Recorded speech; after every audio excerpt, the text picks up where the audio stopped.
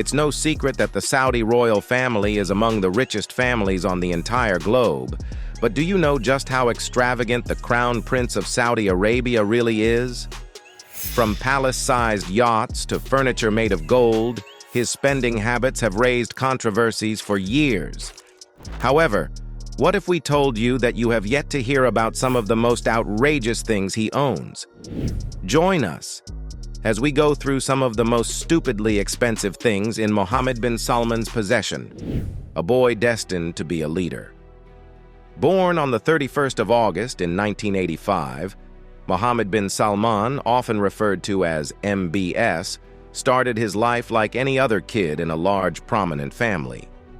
He's the eldest son of his mother, Fahda bint Fala al-Hithlain, but not the only child. In fact, he's one of her 6 kids. Now being the 8th child overall in the family and the 7th son to his father, Prince Salman bin Abdulaziz, it might not have seemed like he was destined to stand out. However, sometimes it's the middle kids who surprise you the most. As Mohammed grew up, you could see the makings of a leader in him early on. He wasn't just any student. He was driven by passion right from the beginning.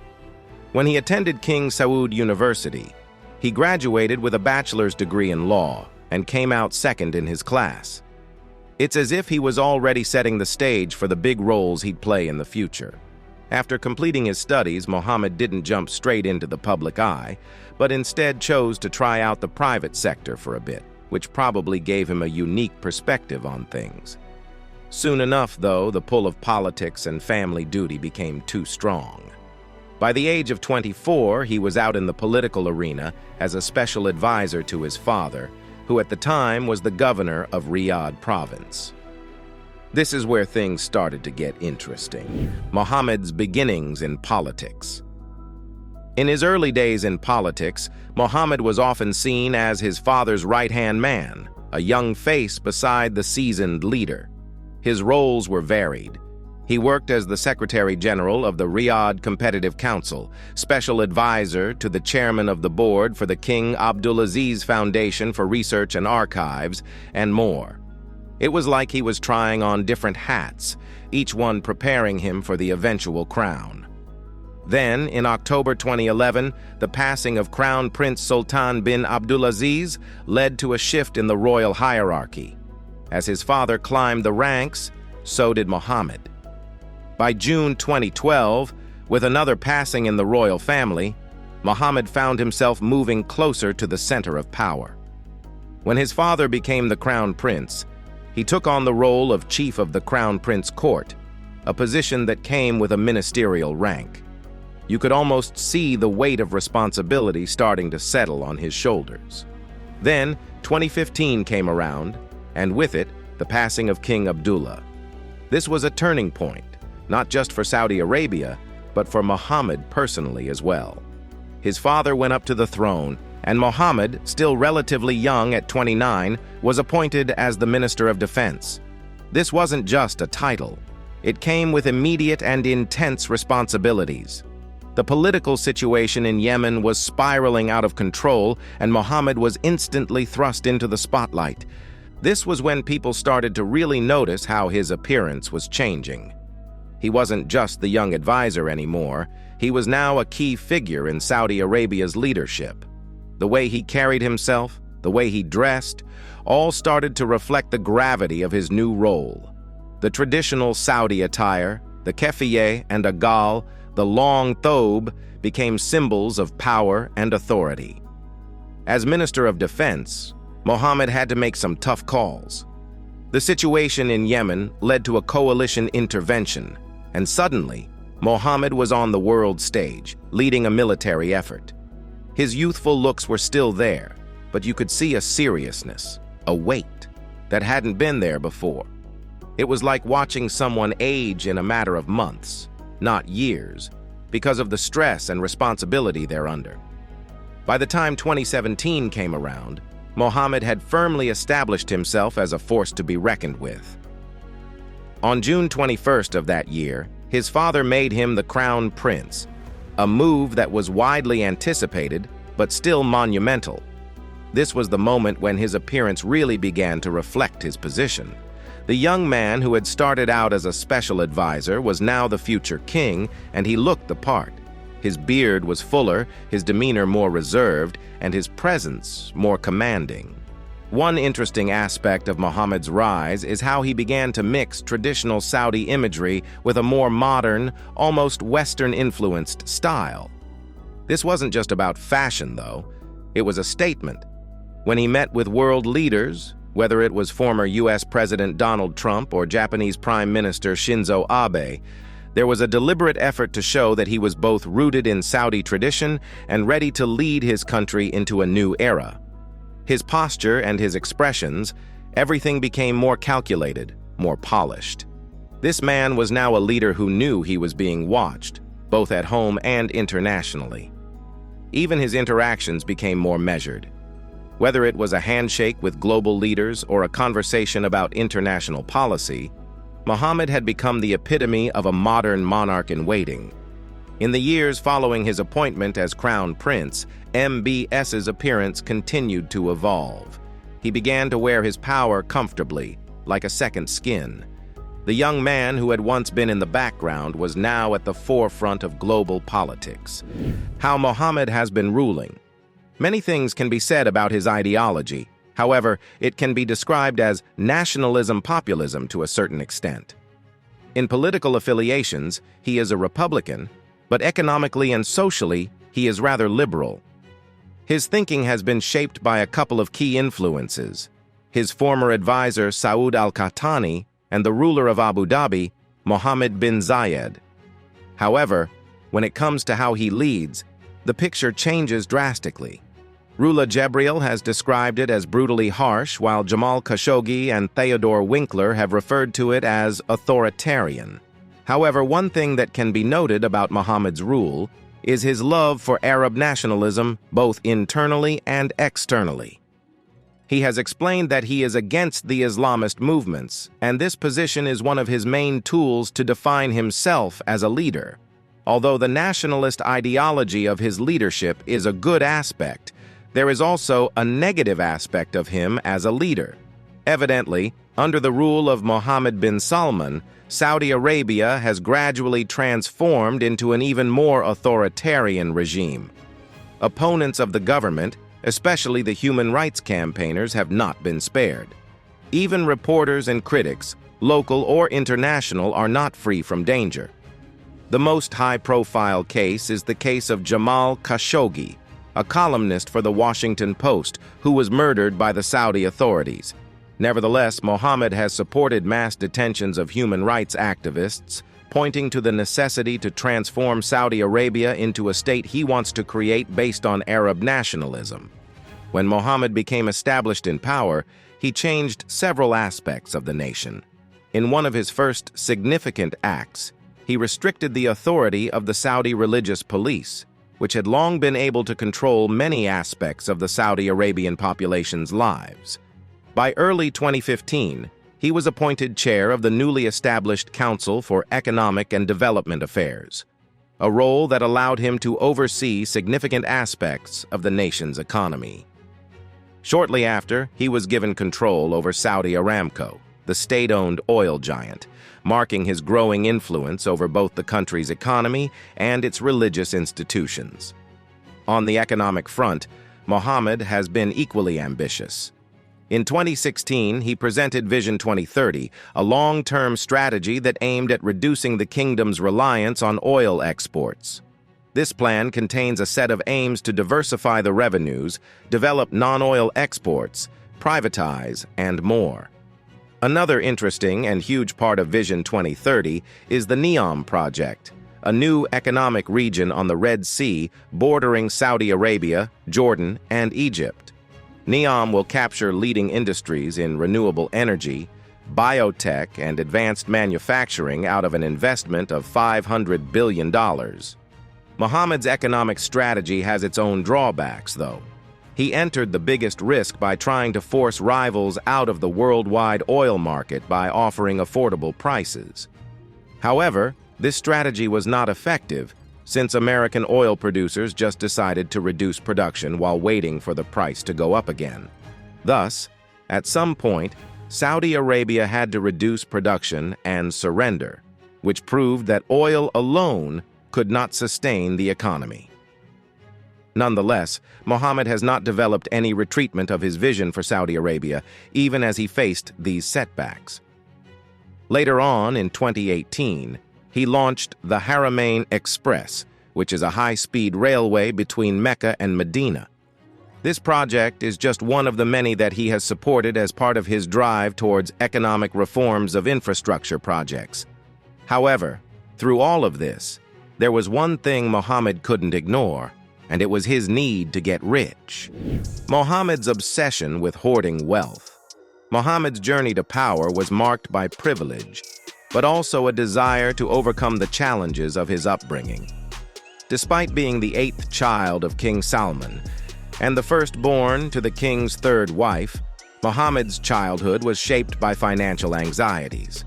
Unlike some of his siblings who were educated abroad, Mohammed stayed in Saudi Arabia, which allowed him to understand the inner workings of the royal family and its rivals. As a teenager, Mohammed learned that his father had not amassed a significant fortune, despite decades in power, and this realization drove him to seek wealth and power from a young age. By 16, he had accumulated around $100,000 by selling gold coins and luxury watches he received as gifts. He used this money to begin trading stocks and eventually launched his own companies, including a trash collection business and real estate ventures. Mohammed's ruthless drive for success earned him a reputation, and by the time he became crown prince, he had already demonstrated his willingness to do whatever it took to secure his position. He then proceeded to do something that shook the political landscape to its core: the Grand Purge. Back in May of 2017, Mohammed launched a sweeping anti-corruption campaign that shook up the Saudi elite. However, it wasn't just the political and business landscape that changed. This was also a time when Mohammed's own image started to shift.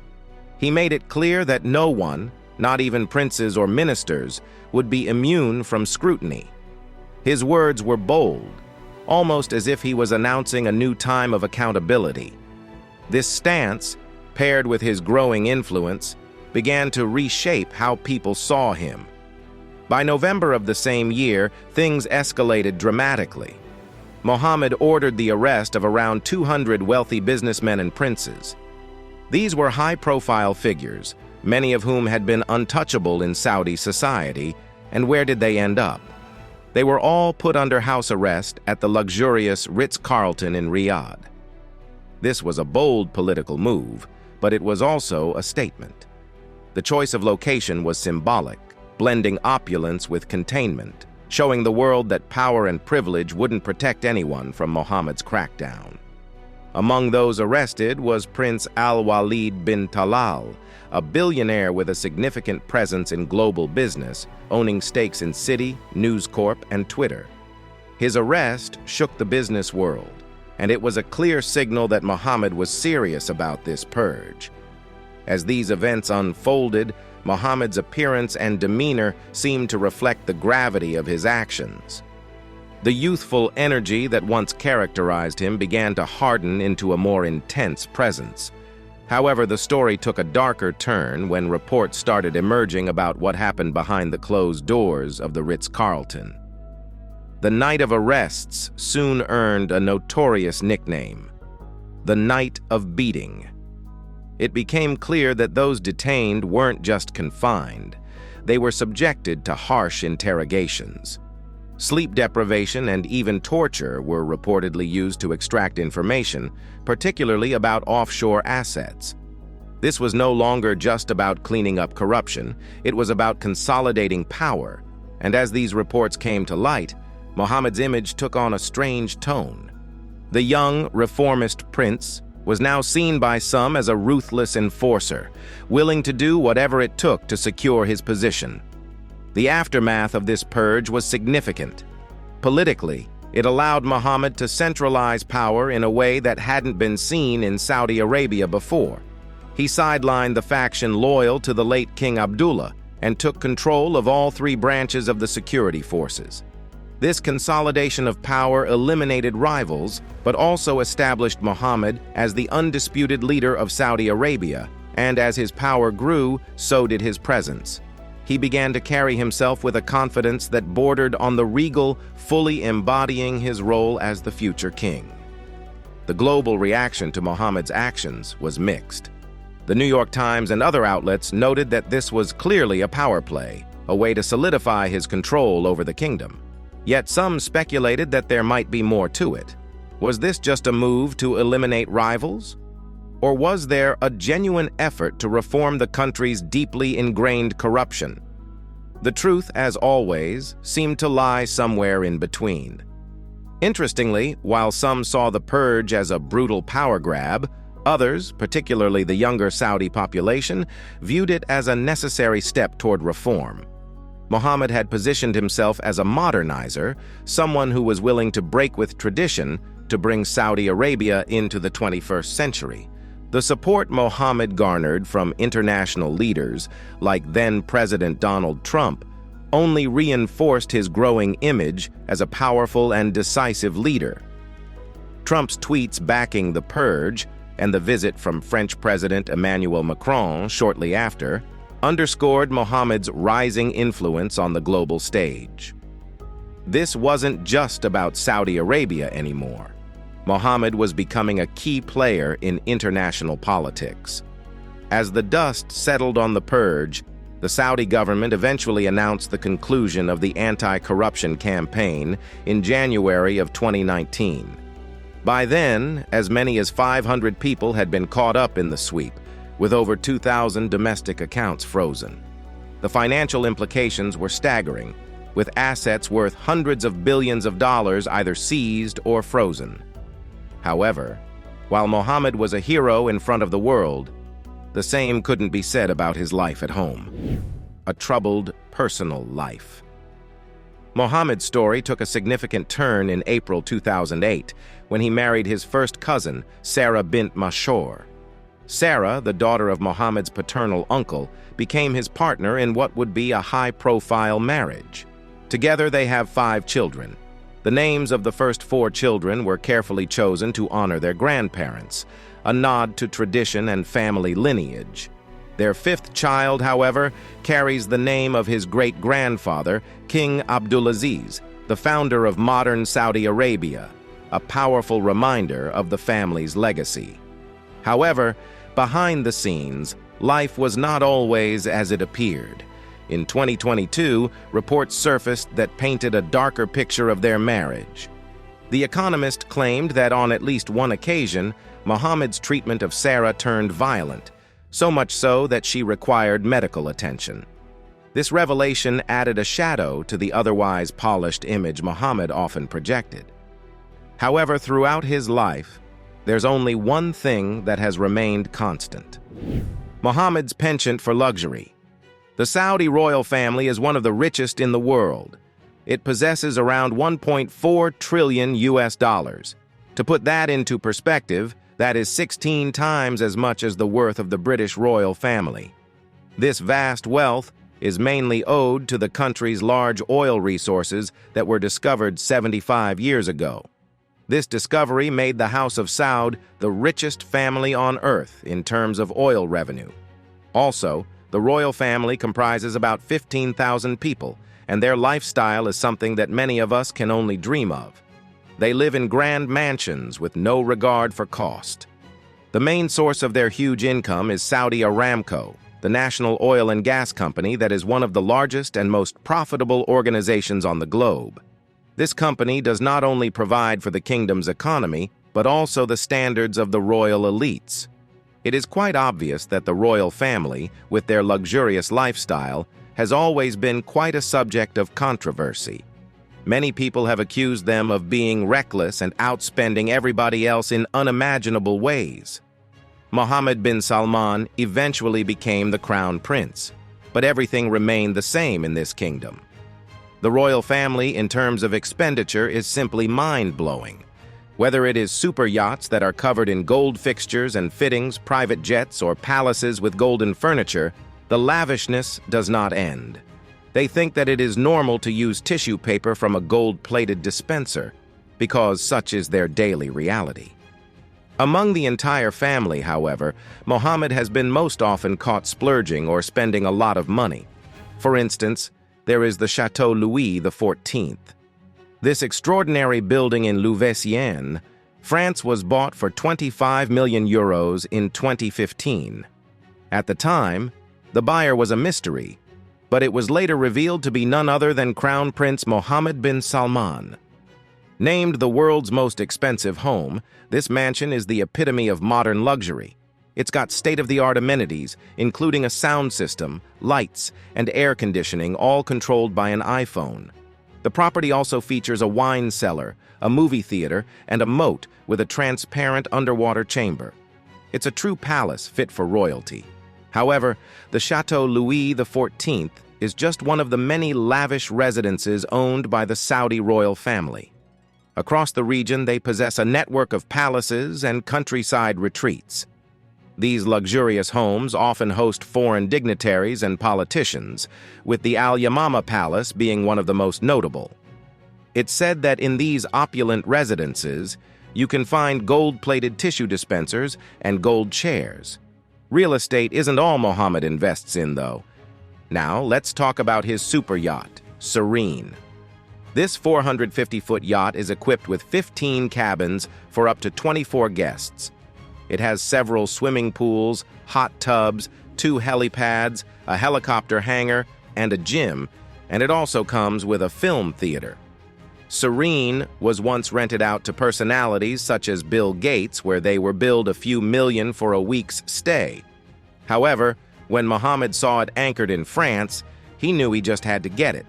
So he purchased it for $500 million. Although much about Mohammed's methods of transportation remains a mystery, it is known that Saudi Arabia's public investment fund is a 5% investor in Uber. However, the prince isn't likely to be flagging down an Uber anytime soon. His ability to acquire luxury transportation appears to be inexhaustible.